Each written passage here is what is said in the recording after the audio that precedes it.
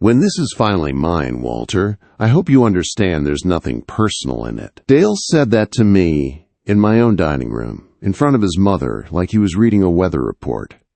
I'm Walter Pruitt. I spent 41 years as a locksmith, which means I've spent 41 years noticing the one detail that doesn't belong, a pin that's a hair too long, a key that turns but never quite settles. I thought I'd notice trouble the same way in my own house. I did, eventually. Just not in time to stop the first 6 months of it. Stay with me, and hit subscribe before I tell you what was sitting in a drawer in my workshop the night I finally played that recording out loud. I met Carol at a hardware trade show of all places 11 years ago in a convention hall that smelled like new carpet and burnt coffee.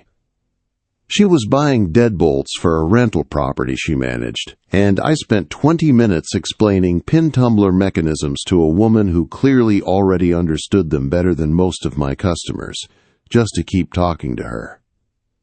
We married 14 months later, in her backyard, under a maple tree her first husband had planted before he passed. I never tried to replace him. I told her that on our wedding day, and I meant it every year since. Her son Dale was 27 when we married. He shook my hand at the wedding, called me Sir for exactly 1 year, and then quietly stopped calling me much of anything at all.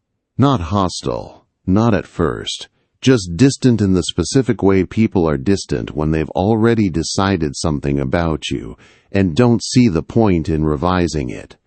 I ran my locksmith shop on Route 9 for 38 years before I retired, the kind of business where people trust you with the literal keys to their lives, and I got used to reading a room the way I read a lock, where the resistance is, where it gives. Dale's resistance never gave. I told myself that was fine. Not every relationship needs warmth to be functional. Carol and I built a good, quiet life in the 11 years after that. I taught her how to rekey a deadbolt in an afternoon, mostly so she'd stop calling a locksmith she didn't need. Me, technically, though I never charged my own wife. She taught me how to make her late husband's chili recipe, without either of us treating it like a betrayal to say his name at the table. We took the same 2-week trip to the coast every October, stayed at the same rented cottage, and every year I'd tell her the lock on the back door still needed replacing, and every year we'd decide it added character instead. Dale came to exactly 4 of those October trips in 11 years. I noticed the number. I never said anything about it. My shop stayed busy right up until I retired at 62, mostly residential work by the end, the occasional locked-out business owner at 2 in the morning, a decent living built one careful cut at a time. I closed it the year my hands started shaking slightly on the finer work, before anyone made me. Carol threw a small party. Dale sent a card 2 weeks late, no note inside, just his name. I was diagnosed with high blood pressure 2 years ago. Nothing dramatic, the kind of thing that happens to most men by 62.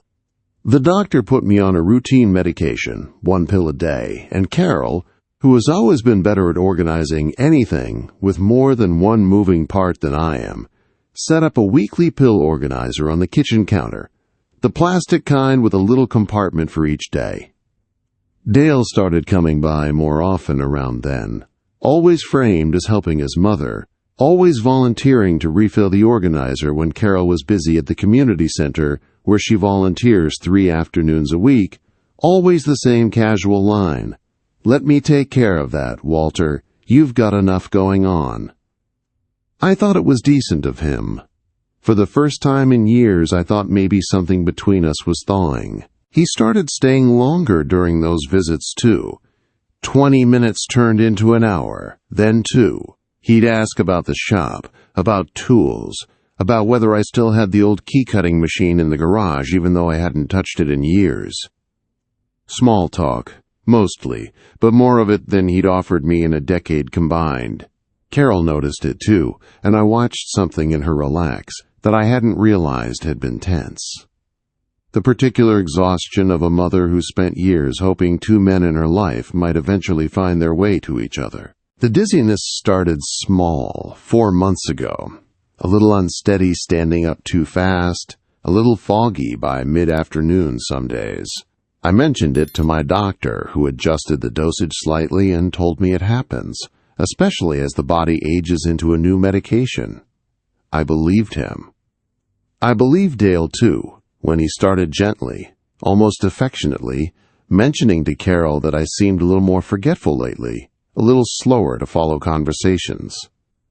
I believed everyone but myself, which is a strange thing to admit for a man who spent his whole working life trusting his own hands over anyone's explanation. What I did not know yet, and would not let myself know for almost 2 more months, was that the fogginess I kept blaming on age had an author, and he'd been standing in my kitchen refilling my pills with a face full of concern the entire time. Carol and I had our first real argument about it on a Sunday in February. I'd genuinely forgotten, that we'd agreed to have her sister over for lunch, and by the time I remembered, Carol had already been apologizing to an empty driveway for 20 minutes. She wasn't cruel about it. She was scared, in the specific, quiet way people get scared when someone they love starts slipping, and they don't know which parts to hold on to first. "Maybe we should ask the doctor about your memory, too, not just your blood pressure," she said, not unkindly, and I remember feeling something close to shame because some small treacherous part of me agreed with her. I didn't know yet that my own memory had nothing wrong with it, that a clean pill organizer wouldn't fix. The thing that finally stopped me was smaller than I expected trouble to be. I was sorting screws in my workshop one evening, a task I've done 10,000 times, separating by thread size the way I always have, radio playing low the way it always does out there, and I picked up one of my blood pressure pills that had fallen loose in my jacket pocket days earlier. I rolled it between my fingers out of pure habit, the same habit that's caught a miscut key from 6 feet away for 4 decades. The kind of attention that lives in your hands whether you're using it on purpose or not, and it felt wrong. Slightly softer, a finer grain to the coating than the pills in my organizer at home.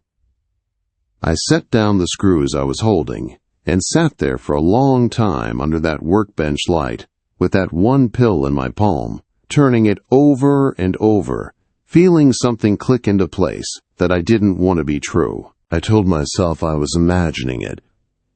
41 years of handling metal to a tolerance of 1,000th of an inch doesn't just switch off because a man retires, but it also doesn't mean every instinct is correct. I put the loose pill in an old film canister I kept spare screws in, tucked it into the back of my toolbox where Carol never had reason to look, and decided to find out properly instead of trusting a feeling. I didn't say anything to Carol. I didn't say anything to Dale. I did the only thing that ever made sense to a man who spent his life understanding mechanisms instead of people. I tested it myself, quietly, 1 week at a time, the way I used to test a new lock cylinder before I'd stand behind it. I set aside the pills from the weeks Dale had refilled the organizer, took my old prescription bottle straight from the pharmacy instead for 2 weeks running, and kept a small notebook in my shirt pocket.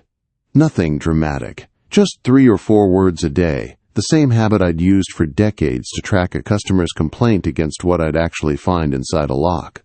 Tuesday, clear. Wednesday, clear, steady on stairs.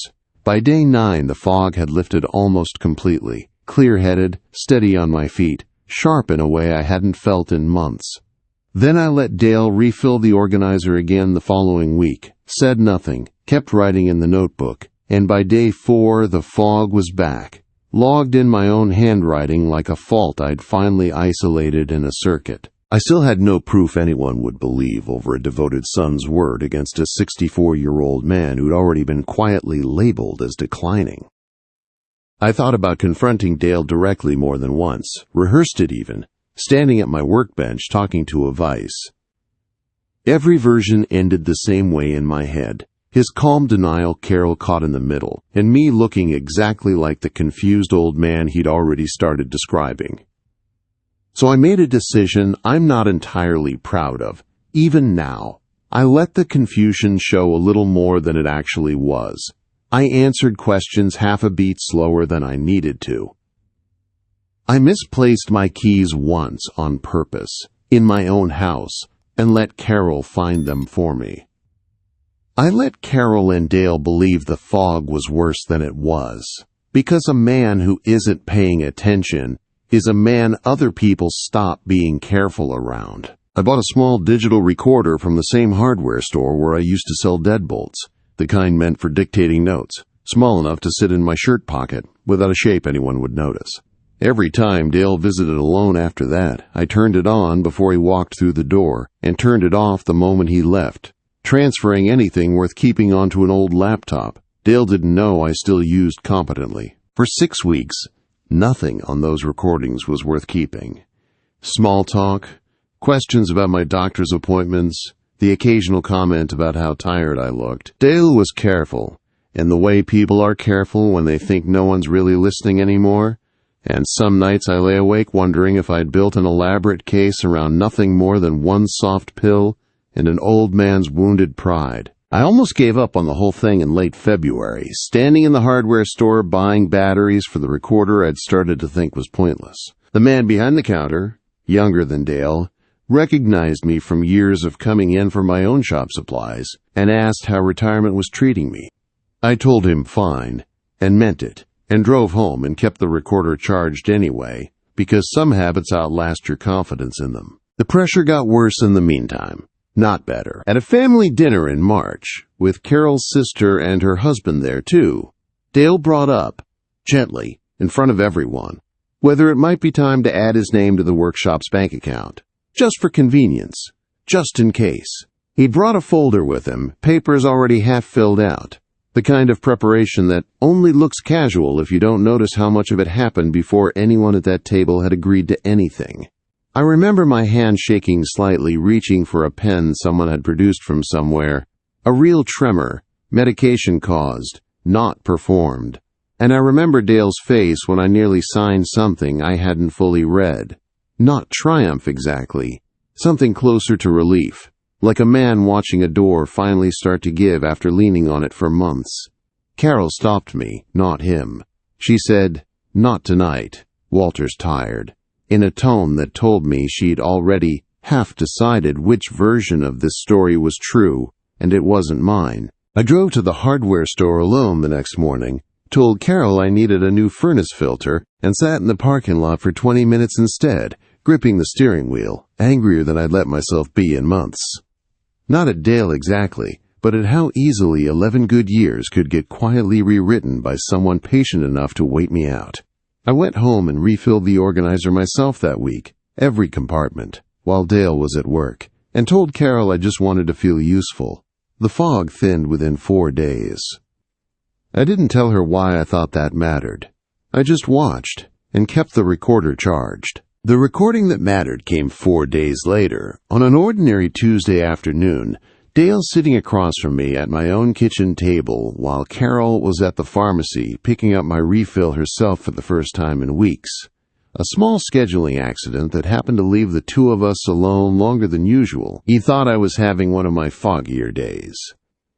I'd let my eyes stay a little unfocused. Let a question hang half a second too long before I answered it. The same small performance I'd been giving for weeks. I let him think it. He talked for a while about nothing, the weather, a customer complaint from his own job, and then, checking his phone, almost bored, not even looking at me when he said it, he said the thing I'd been waiting 6 weeks to hear. "When this is finally mine, Walter, I hope you understand there's nothing personal in it. You're just not built for this stress anymore. Everybody can see it but you." I said, "See what exactly, Dale?" As flatly as I could manage, keeping my hand still on the table, keeping my voice exactly as slow as it had been all afternoon. He didn't even look up from his phone. "But you're slipping. It happens. I'm not in a hurry. I just want everything set up clean before it gets worse." That was the whole thing. No confession, no dramatic slip about pills or motives, nothing that would hold up as proof of anything on its own. Just a 38-year-old man describing my decline out loud, to my face, with the calm certainty of someone reading from a script he'd already rehearsed with everyone but me. I sat there another 10 minutes after he said it, asking him small, foggy-sounding questions about nothing, just to keep the recorder running a little longer, just in case he said more. He didn't. He didn't need to. He'd already said the only sentence that mattered. I asked Carol to gather the family again the following Sunday, told her I wanted to make my grandmother's pot roast, the one I only make maybe twice a year. She was pleased, thought it meant I was feeling more like myself. In a way, she wasn't wrong.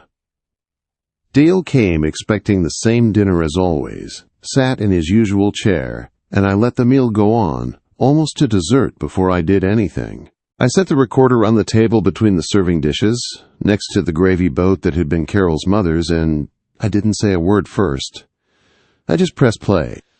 11 seconds of audio, no more than that, Dale's own voice filling a room that had spent 6 months slowly agreeing with him instead of me. When this is finally mine, Walter, I hope you understand there's nothing personal in it. Nobody said anything for a long moment. Carol's sister set her fork down very carefully, the way you set something down when you don't trust your hand anymore. Dale's face did something I'd never seen it do before. Not anger exactly, more like a man watching a lock he'd been picking for months suddenly refuse to turn. He opened his mouth twice and closed it again before anything came out. Carol looked at her son the way you look at a stranger who's been standing in your kitchen the whole time, wearing a familiar coat. She didn't ask him to explain. I think she already understood there wasn't an explanation that would survive his own voice, saying it out loud. I never found out exactly what he'd been putting in that pill organizer, or where he got it, and I decided I didn't need to. I thought about asking more than once in the weeks after. I decided some questions are worth less than the peace of not knowing the exact shape of the answer. The doctor switched my prescription to a pharmacy blister pack Dale never touches, sealed strips he'd have to visibly tear to tamper with, and within 10 days, the fog was gone for good, completely. No dosage adjustment required. That told me everything the recording didn't. Carol didn't throw Dale out of our lives that night, and I never asked her to. She's still his mother, but something in how she looks at him changed permanently. The way a lock that's been picked once never sits quite the same in its housing again, even after you've had it serviced. He still comes by sometimes, always with Carol present now, always polite, always a little careful with his words in a way he never used to be around me. Nobody said the word sorry out loud on either side. I've decided I don't need it as much as I thought I would. Last month he stopped by on a Saturday to drop off a birthday gift for Carol 2 weeks early and stood in the doorway rather than coming in, the way you stand at a threshold you're no longer sure you're welcome to cross. I told him to come in anyway. We didn't talk about any of it. We talked about a leak under his kitchen sink, and I told him which washer to buy, out of 41 years of habit more than anything warmer. It wasn't forgiveness. It was just 2 men standing in a doorway, figuring out how much space was left to occupy. Carol calls me first now, about most things, more than she used to even before any of this happened. Small ones, mostly what to make for dinner, whether it's worth fixing the porch step or replacing it, whether the maple tree needs trimming before winter. It isn't dramatic. It's just weight shifted back to where it used to sit before 6 months convinced her it belongs somewhere else. I still catch her some evenings just watching me across the kitchen, like she's recalibrating something she thought she'd already measured correctly once. I spent 41 years teaching people that a lock only does its job if you actually know what's supposed to fit it and what isn't. I'd forgotten, apparently, that the same rule applies to a marriage, a family, a body being quietly worked on by someone patient enough to wait for you to stop watching. I didn't stop watching. That's the only part of this I'm actually proud of, more than the recording, more than being right. If this story sat with you the way it sat with me telling it, tell me in the comments what you would have done differently in my position, and subscribe if you haven't yet, because I've got more of these. And not all of them end with the truth this clean. Mine did. Barely.